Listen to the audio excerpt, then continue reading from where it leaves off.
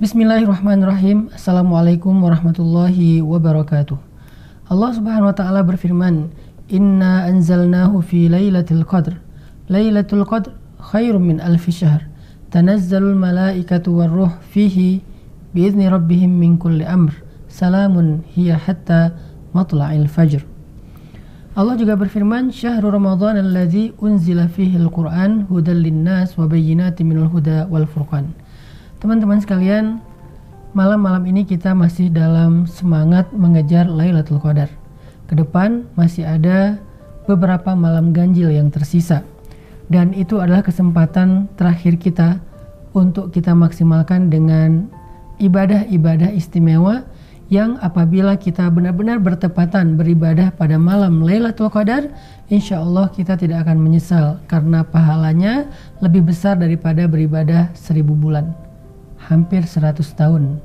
Artinya kalau kita beribadah 100 tahun non-stop 24 jam sehari dengan zikir, dengan Al-Quran, dengan sholat, dengan doa, dengan istighfar selama 100 tahun, itu masih kalah dengan ibadah satu malam saja yang bertepatan dengan malam Lailatul Qadar. Lalu kira-kira amal khusus apa yang bisa kita lakukan dan kita maksimalkan di sisa malam-malam Ramadan yang terakhir ini?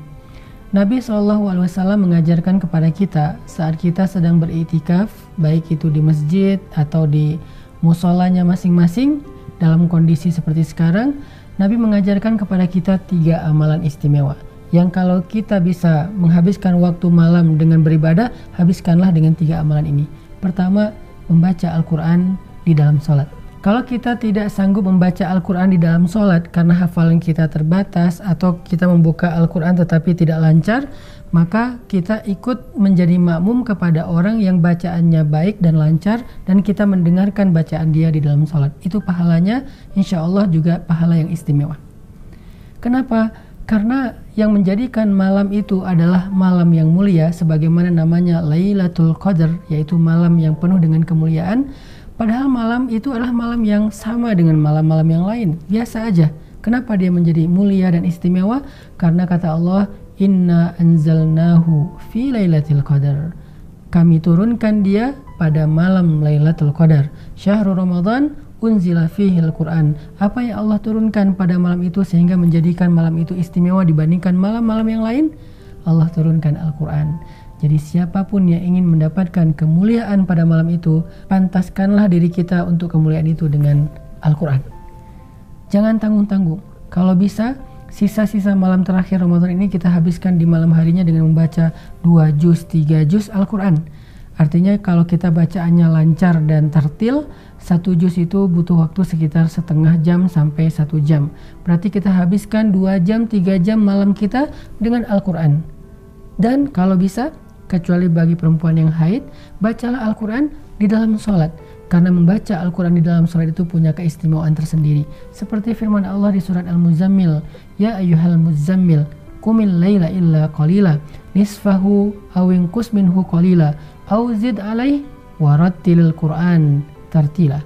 Wahai orang yang berselimut, bangunlah untuk sholat malam, tengah malam atau kurang sedikit atau lebih sedikit, dan bacalah Al-Quran secara perlahan-lahan. Membaca Al-Quran di dalam sholat itu sangat istimewa. Sholat adalah ibadah yang istimewa. Membaca Al-Quran adalah kemuliaan. Dan ketika kita sujud adalah posisi paling dekat dengan Rabb kita. Apalagi yang kurang dari ibadah ini ketika digabung. Dan itu dilakukan pada malam Lailatul Qadar. Istimewa banget. Al-Quran. Habiskan malam kita dengan Al-Quran. Udahlah. Untuk sementara tinggalin dulu handphone. Untuk sementara tinggalin dulu list lagu-lagu favorit kita.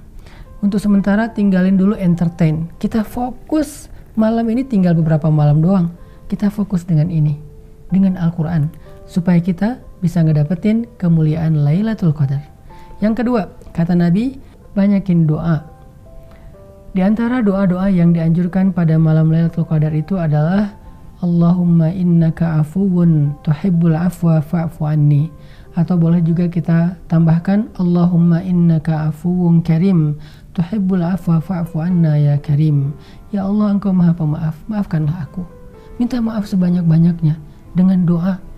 Minta kepada Allah supaya dihapuskan dosa-dosa kita. Dan Allah suka dimintai maaf. Allah itu suka hambanya yang beristighfar dan meminta ampun kepadanya. Suka banget. Apalagi ketika kita memintanya pada malam Lailatul Qadar, berarti kita seperti orang yang meminta ampun, sujud untuk taubat lebih dari 100 tahun. Bagaimana mungkin Allah tidak memaafkan kita? Dan bukan hanya dimaafkan, ketika Allah mengampuni dosa hambanya yang meminta ampun, Allah mengatakan, Innallaha yuhibbut tawabin wa yuhibbul mutatahhirin. Allah suka, cinta kepada orang yang bertaubat. Allah juga cinta kepada orang yang membersihkan diri dari dosa-dosa. Apalagi orang yang bertaubat selama 100 tahun. Orang yang berbuat dosa 100 tahun saja, lalu dia bertaubat, Allah cinta kepada dia.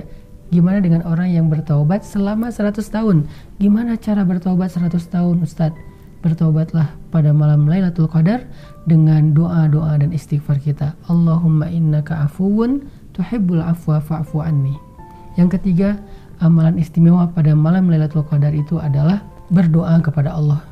Minta, karena Allah turun ke langit dunia disertai oleh banyak malaikat. Allah bertanya kepada kita, hal min dihajah?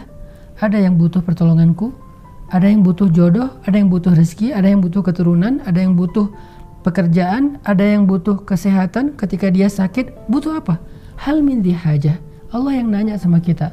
Dan mintalah kepada Allah. Wa idza sa'alaka ibadi anni fa inni qarib ujibu da'watad da'i idza da'an.